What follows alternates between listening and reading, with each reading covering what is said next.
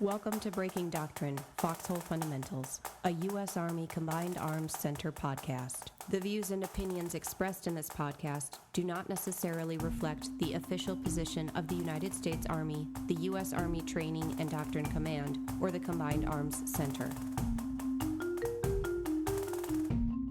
Welcome to Breaking Doctrine, Foxhole Fundamentals, a U.S. Army Combined Arms Center podcast that addresses the basic tenets, principles, and overall ideas in Army doctrine.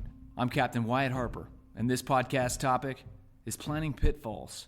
With me today is Mr. Mike Flynn, the lead author of Army Doctrine Publication No, The Operations Process. Mr. Flynn, welcome to the show. Thank you. Glad to be here. So for our audience who listens to our sister series, Breaking Doctrine, you'll know that in that series, we cover a wide variety of topics.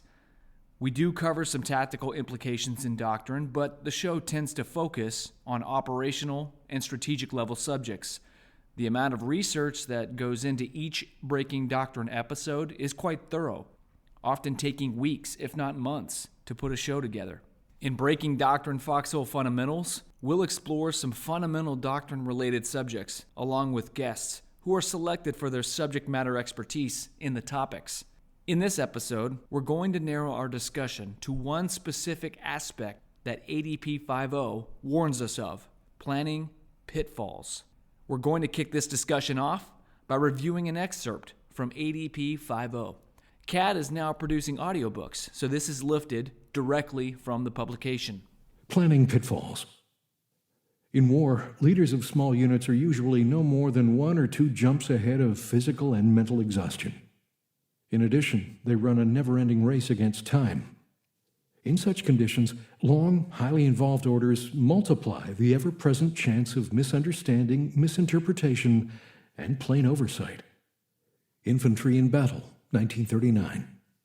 Commanders and staffs recognize the value of planning and avoid common planning pitfalls. These pitfalls generally stem from a common cause: the failure to appreciate the unpredictability and uncertainty of military operations. Pointing these out is not a criticism of planning, but of planning improperly. Common planning pitfalls include attempting to forecast and dictate events too far into the future, trying to plan in too much detail, using the plan as a script for execution, institutionalizing rigid planning methods. The audiobook version of ADP 5.0 is available on the Central Army Registry, and we'll put that link in our show notes. So, Mr. Flynn, let's get started with how the Army defines planning. Yeah, so I think it's really important when we talk about planning just as a topic. And so we'll get to the definition in a second, but a lot of people, when they think about planning, sometimes their head immediately goes to, for example, the MDMP. And you start thinking step 1, receipt of mission, step 1, alpha, alert the staff. Very technical, procedural, etc. And so that is a form of planning. But if you notice, and this is where our ADPs get into fundamentals, we go beyond kind of just technical things, but get into fundamentals and principles. And so that kind of deals us with the definition of planning. And so, we do have a formal definition. Planning is both art and science of understanding a situation, envisioning a desired future, and determining effective ways of bringing that future about. So that's our formal definition, but you can see it's pretty open-ended, and it's not, and it's intended to be that way, because planning is you got to. One of the things you got to ask yourself is, what's its purpose? What does it do for you? And it does more than just producing a plan and order. Planning, it helps us first and foremost understand the situation. So you got to understand, right? And there's different methodologies we used in planning, but we got to understand the situation. So it's pulling together that aspect, so then you can go about identifying a problem and developing solutions for that problem. So that's one aspect of planning writ large. And then planning does much more than that. It then, after you figure out what, your course of action and what you want to do, planning then also provides direction. We use planning to then actually tell people kind of what to do in their left and right limits. And then I think the other thing about planning is it helps us look to the future. It helps us to anticipate. So I brought that up in the beginning about, like, a lot of people, when they think planning, they think MDMP and they think procedural. But I think the important part when we start talking about planning, and then we're going to talk about planning pitfalls, is you kind of understand the fundamentals of planning. Why do you plan? What are the different types of planning? The difference between conceptual and detailed planning. How does planning fit into other aspects of the operations process, like execution? So trying to understand those basic fundamentals is really, really important. Kind of the funnels of planning, to understand kind of the technical aspects of planning, which are very, very important too. And I'll just give an example. You need to know how to war game. There are, techniques and procedures for wargaming within planning. But you also need to know kind of some fundamental aspects of planning too. And that kind of leads us to the definition, which is art and science. Planning is both an art to it, and then there's actually a science to it. So that's kind of our broad definition of what planning is. Can you explain the differences between conceptual and detailed planning? Is it the case that one echelon does one or more of the other? Yeah, I think. So what we say about in ADP 5.0 is, generally, usually any planning has a conceptual component to it and a very detailed component. And there's a really nice graphic in the book that kind of shows it's not one or the other. It requires both. So there's this, when we talk conceptual, in anything we do, and in military planning as well, you've got to start off with a framework, a broad vision.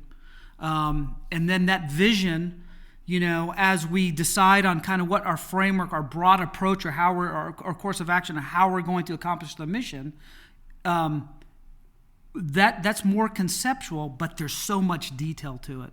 How much, what's the space involved in there, everything to supply rates, movement rates, all those things. And so there's a conceptual component to planning and then a detail component, but they coexist, because you can't come up with a big idea that's just not feasible, because the big idea is based off of reality and those details, right? So that's that dynamic. But then you mentioned echelon. And so I would say there's a little difference by echelon. I think the higher the echelon you go, generally your planning and your plans become more broad or more conceptual. So think about it, if you're, a rifle platoon leader, you receive a mission, you're probably using troop leading procedures. It's going to be, I have my mission, you're everywhere from, here's where I'm leaving from, here's my route, very specific. I'm going, 1,000 meters on azimuth 57. I'm going to cut right, and there's distances, and this is location. And it gets pretty detailed with your platoon, that, I'm going to have a security element, assault element, and a support element. And it's pretty well detailed. But you bring that up to a division, conducting a division attack with 3 maneuver brigades, and you just don't want to get to that level of detail. There's still detail involved there, but there is a little difference by echelon. Okay, so now that we've defined planning, let's talk about planning in relationship to other activities in the operations process. Can you tie us into that framework? Those aspects being planning, preparing, executing, and assessing, with the commander driving all of that? Yeah. So for folks, we'll go back in doctrinal history a little bit, but we've had a planning process. I mean, if you even go way back to like 1905, there was estimate of the situation, and that's really the first time we had codified doctrine, about 1905 field service regulation. And over time, we did have doctrine on planning, and then like in 1997, in what was 101-5, we basically had the MDMP, and the MDMP equaled planning. And it was about, in 2001, 3.0 is when we came up with this idea with the operations process, because we said planning is very, very important, but it's only half the battle. Because same with decision making. You can make decisions, but you got to put decisions into action. And so in order to try to put planning in perspective, the operations process, that model hit, Army Doctrine, the cycle of plan, prepare, execute, and assess. So it's that young. It's 2001, you said? 2001 is the first time you see it in doctrine in FM 3.0. And so then it was advanced in the 2003 edition of FM 6.0, and we've kind of had that model with us since. And I think it's a very good model. And I got this quote here that I wanted to talk about, and I think it relates it to it. And let me backtrack just real quick. What I like about some of the newer ADPs in this cycle of books that's come out is we spent a lot of time researching quotes and historical vignettes to try to get at and emphasize different points of doctrine trying to get at. But I think this gets to the ops process. And it's a quote by Field Marshal Montgomery. And it says, "It is a mistake to think that once an order is given, there is nothing more to be done. You have to get to see that is carried out in the spirit in which you intended." And so that quote, I think, has a couple aspects to it. One is leadership, right? So leadership, I've given the order, the direction, and now I'm going to use my leadership to carry it done. But another point to this is there's much more than just the plan. You got to put the plan into action. And so in preparation, for example, we have a list of several tasks of preparation. Well, one of the tasks of preparation is plans to ops handover. So the folks that made the plan, we got to make sure that folks are going to execute the plan, understand the plan. So that's a preparation, that's a transition phase. Not only external, like from, say the brigade to the battalions, but even if you're like at a division staff, you have a group of planners in the plan cell, they got to ensure that the current ops section understands the plan. So that's preparation, right? And there's some other activities like rehearsal. Before we're going to do it, we're going to rehearse this, right? And so that's the preparation part of it. But then we have execution. You got to put that plan into action. And so we're going to talk about some pitfalls coming up here, and it's kind of on the execution side. But we know that the plan is the beginning. It's based off some assumptions, but things will change. And so now here's this relationship here. We're in execution. It's based off an original plan, but it's got to be adjusted. And then I think the fourth part of the operations process is so important, which is tied to what I was just talking about in execution. You're always assessing. So we're seeing what has changed and then making adjustments. Now we're back to planning again in execution. So I think the model is very good, and it's been very helpful to say, yeah, planning is really, really important, but there's more to it than just planning in command and control. Right. So you've gone through the planning process and described how it's supposed to go. It's easier said than done. In ADP 5.0, we've outlined and warned of some pitfalls that planners can face. So first is the pitfall of attempting to forecast and dictate events too far in the future. From a maneuver perspective, what does this look like, and at what point have you gone too far? Right. So I'm just going to backtrack just a little bit because ADP 5.0 lists 4 pitfalls, right? Are those the only pitfalls? No, right? So you kind of over time talking with a lot of folks around the Army and learning things, what are some common pitfalls? And the Marine Corps also has a list of kind of pitfalls in their planning book too, and we're looking at those as well. So, you kind of choose a few things, and we thought these were some of the most important. But of all the 4 we picked, and we say this in the book, all of them stem from one basic kind of issue, if you will, and we say these pitfalls generally stem from a common cause, the failure to appreciate the unpredictability and uncertainty of operations. And so now that's what it gets to. That's why this it's bigger than planning, right? You got to kind of understand the nature of operations, and so it's a broader study. And there's 2 kind of schools of thought on this. Is like, and it's just sometimes just what people think in their head, right?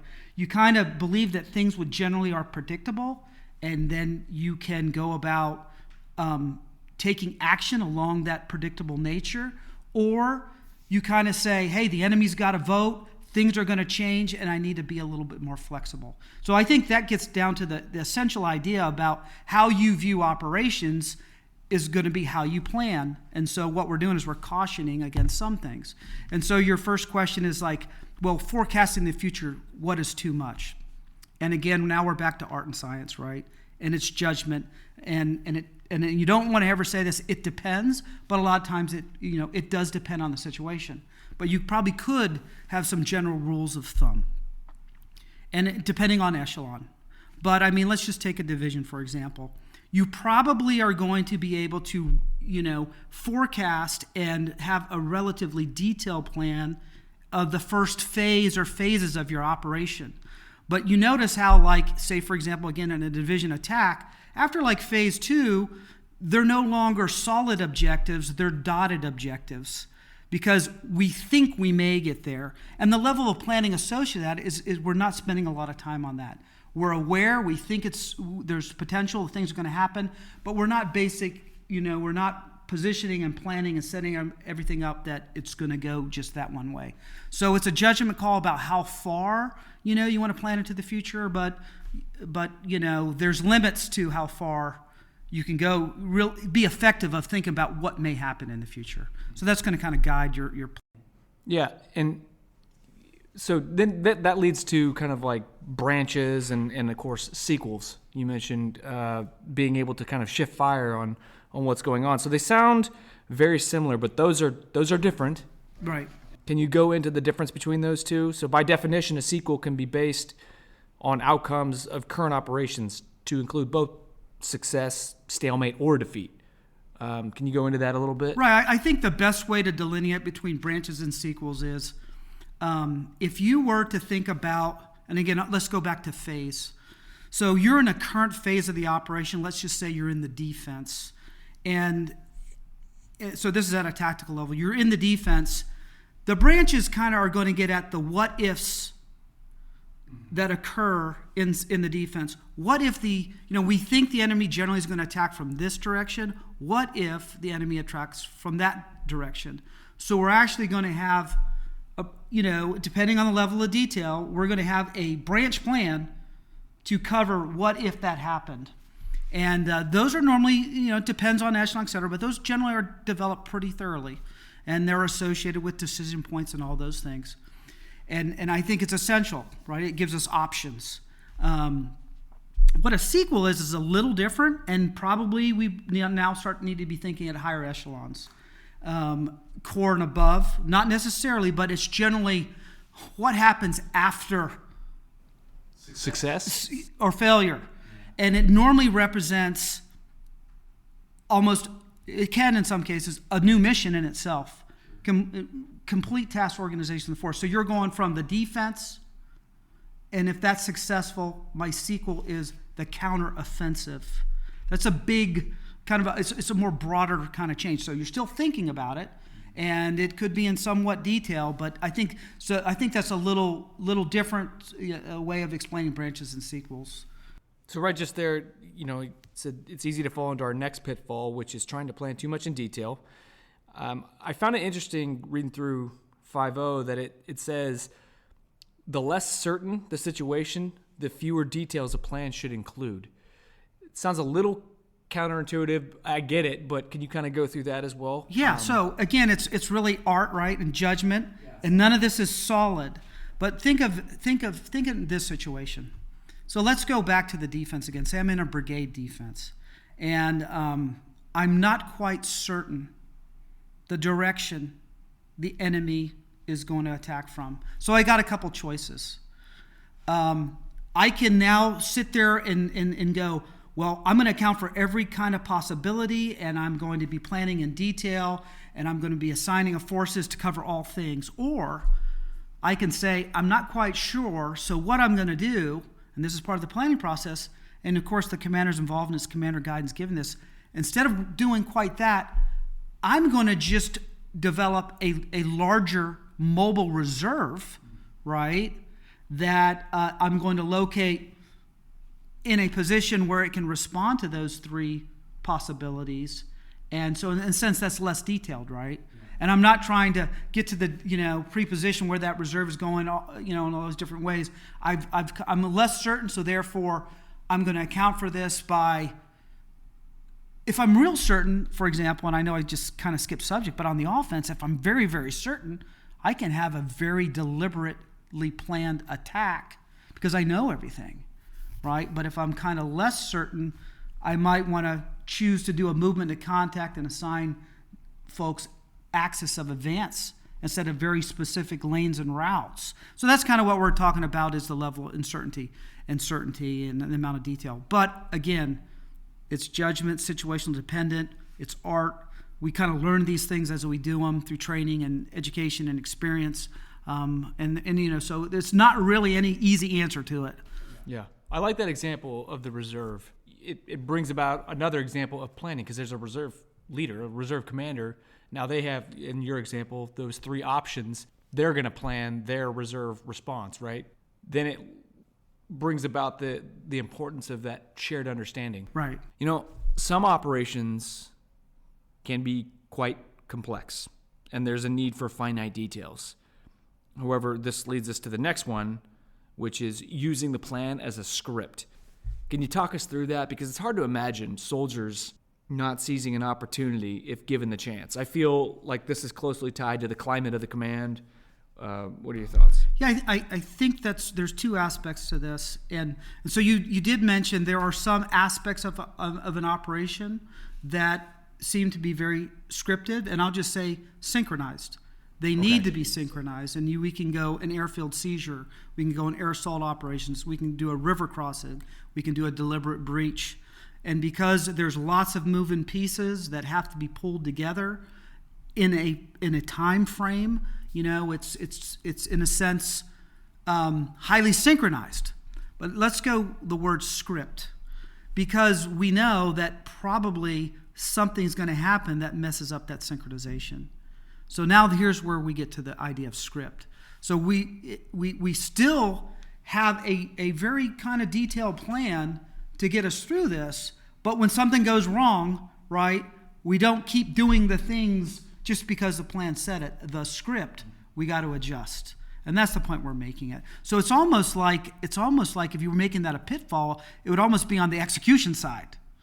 But it's just your way of thinking about planning. If you think you're going to be able to just script out how you're going to fight and then fight it without realizing that anything from weather to the enemy to misunderstanding of the plan is going to affect the execution of it.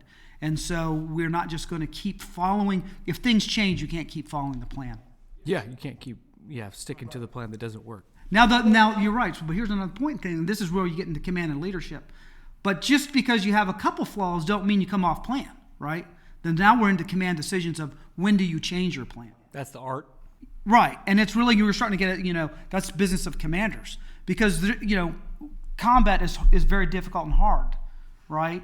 And so there's a point in time where it's command decisions of when you're going to come off, adjusting the plan too much from what was originally envisioned. That's when you go into your branches, right? Well, you could go into branches, but I'm saying, like, you didn't even think about the branch. Yeah. Right? Okay. And we're going to have to make that kind of change.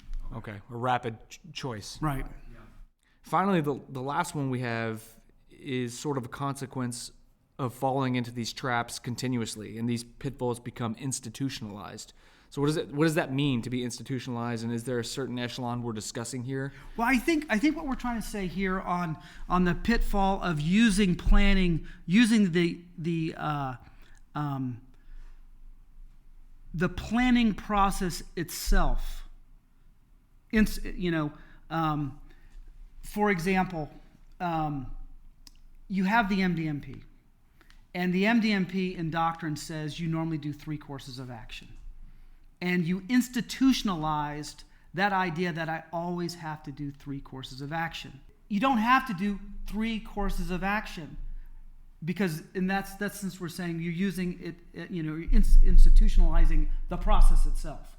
So that's kind of what we're getting at, that there's flexibility and you use judgment when you do it. When you have an op order, for example, that has A through Z in appendices, that's the formatted order that's available for you to put information in those various annexes. But you don't have to use them. So that's what we're getting at, kind of on like you don't have, there's flexibility in our technical aspects of planning that you just don't have to follow all those rules all the time. They're guide points, and use your judgment for, how you want to do it. Another example is, and we really don't say this in doctrine, but, it's kind of unit SOP, but let's say the unit, a division or corps level unit said, hey, the planning horizon for the plan cell is 72 hours and above, and the planning horizon for FUOPS is 72 hours to 24, right? So that's kind of a mark. But where you get in problem is when like the staff starts arguing and saying, well, that's not within 72 hours, that's really yours. We got to do better than that, and you work through those type of issues, and not just institutionalize rigid rules on the technical aspects of planning. So that's kind of what that pitfall is talking about. When you were writing this, just to kind of sum up the conversation, you probably were doing a lot of historical study of operations and plans. Is there anything that stuck out to you while you were writing 5.0? A specific plan, because you mentioned the vignettes and stuff. No, right, yeah. So, I personally have been involved in this for a long time. So I've been in writing doctrine like 20 years. So I kind of been studying this a long time. Sure. And so I would probably say, and that's where I take us back to like 2005. The first time, the Army we had doctrine on this is the troop leading procedure. We had doctrine on this is how you do the MDMP. We had doctrine on this is the orders format. But we didn't have a lot of doctrine that talked about our conversation we had today. What is planning? What are the fundamentals? What are the values of planning? What are the guides? I mean, maybe our next podcast we talk about guides to effective planning, sure. The corollary. But those ideas of the fundamentals of planning and the operations process started some time ago and just continuing, to current date. And we're evolving these kind of ideas, but they're fundamentally basically the same they are. I think that's what I got at part of writing this. And to the listeners, I think we talked about a narrow topic today, but the richness, I think, if you go back and you read and study both ADP 5.0 and ADP 6.0 and in our FM 3.0, really trying to understand the nature of operations and how the operations process works, I think makes you both, if you understand the technical nature of planning, how to do the MDMP, et cetera, and then the broader fundamentals, I think you're well on your way to be an effective leader, planner, operator. That's great, sir. Is there anything else that you want, besides that, you want to leave the audience with? I'm looking forward to when you invite me back again. Great. This is a great conversation. Thank you. All right, well, I think that does it for this episode of Breaking Doctrine, Foxhole Fundamentals. I'd like to thank our listeners and note that the views and opinions expressed in this podcast do not necessarily reflect the official position of the United States Army, the U.S. Army Training and Doctrine Command, or the Combined Arms Center. I'm Captain Wyatt Harper. This is Breaking Doctrine, Foxhole Fundamentals.